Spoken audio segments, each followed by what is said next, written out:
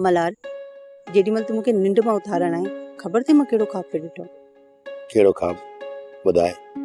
तू आयो आहे ऐं मूंखे निंड मां उथारियो अथई ऐं मां छिरक भरे उथी आहियां ऐं तोखे साम्हूं ॾिठमि त मूंखे पंहिंजी अखियुनि ते एतबार न पियो थिए।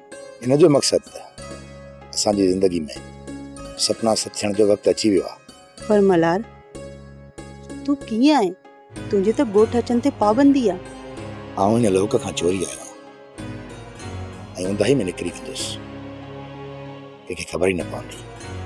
ऐं पुठियां इहा ऊंदाही मूंखे खाई वेंदी। मलार तू आयो आहे न त हाणे वापसि न वञिजांइ, हिते रहियो पियो हुजे, न त मूंखे पाण सां गॾु वठी वञ। ॿिन्हिनि मां हिकिड़ी ॻाल्हि कर। चरनि वारियूं ॻाल्हियूं न कर मोमल। तोखे हितां वठी हलण जो मक़सदु सम्झींदी? ज़मानो पंहिंजे माउ पीउ खे जीअण कोन ॾींदो ऐं पाण खे ई लोक ताना ॾींदो। मलार मुंहिंजी मत शर्म हया ट्रेन निहोड़े छॾिया आहिनि, सो मूंखे हाणे लोक जी परवाह न आहे, ना ई अज़ीज़नि जी ऐं ना ई पंहिंजी।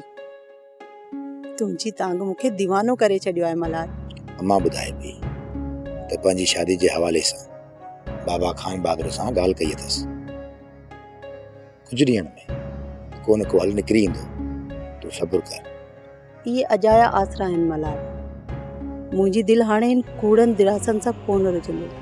चङो भला कुझु ॾींहं तरस, जेकॾहिं घर वारनि खां राह न कढी न त पोइ मूं तोखे पाण वठी वेंदुसि। मलार पंहिंजे घर वारनि जा ज़हन ऐं ज़मीर खान बहादुर जा कैदी आहिनि, बेवस आहिनि। 3-4 साल पहिरियां हुननि असां सां कहिड़ो इंसाफ़ कयो ऐं उन्हनि मां तूं उमीदूं रखे वेठो आहीं।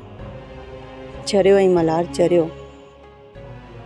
पाण मुहबत कई हुई, खान बहादुर जो कोड़ त कोन किरायोसीं जो तोखे ॻोठ निकाली ॾेई छॾियो, हिन ॻोठ मां कढे छॾियो।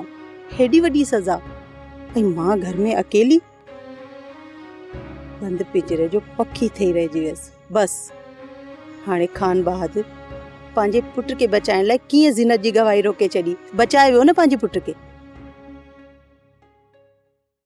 बाबा मूंखे त इहो अंदाज़ो ई न हो त हिकिड़ो मुंहिंजो दोस्त जी मूंसां गद्दारी कंदो।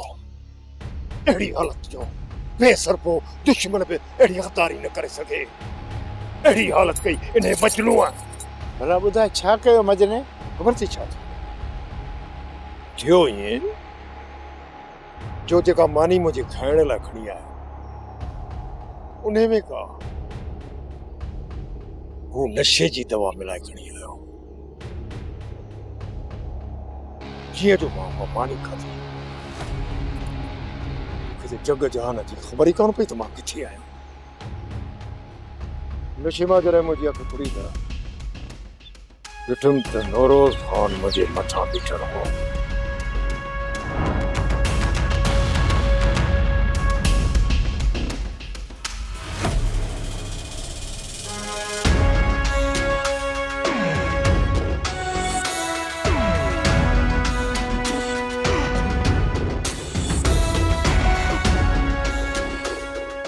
वेरुन जी वस्ती, वेरुन जी वस्ती। सब्सक्राइब कयो असांजो ऑफिशियल YouTube चैनल सिन TV HD ड्रामा ऐं वधीक अपडेट लाइ बेल आइकन खे क्लिक करियो।